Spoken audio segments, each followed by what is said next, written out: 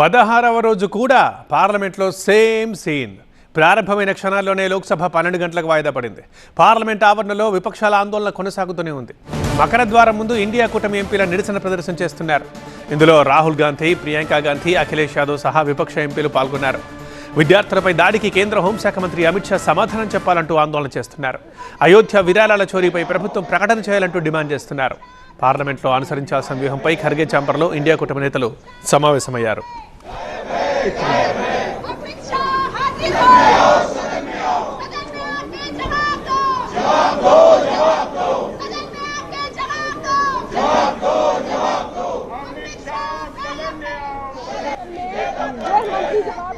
వర్షాకాల పార్లమెంట్ సమావేశాలు ప్రారంభమై ఇవాళకి 16వ రోజు. బట్ ప్రతిరోజు ఏం జరుగుతుందో ఇవాళ కూడా అదే జరుగుతుంది. 16వ రోజు కూడా సేమ్ సీనే కనిపిస్తుంది. వాయిదాల పర్వం కొనసాగుతూనే ఉంది. ప్రారంభమైన క్షణాల్లోనే ఇవాళ కూడా లోక్సభ 12 గంటలకు వాయిదా పడింది. ఇటు పార్లమెంట్ ఆవరణలో విపక్షాల ఆందోళన కంటిన్యూ అవుతూనే ఉంది. రాహుల్ గాంధీ, ప్రియాంక గాంధీ, అఖిలేష్ యాదవ్ సహా విపక్ష ఎంపీలందరూ నిరసనలో పాల్గొంటున్నారు.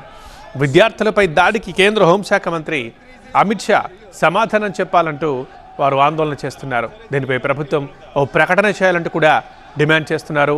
అయోధ్యలో విరాళాల చోరీకి సంబంధించి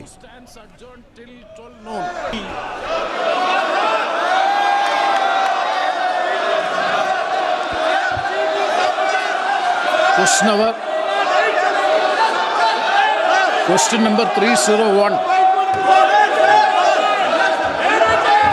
Question number 301. Question number 301, sir. Here.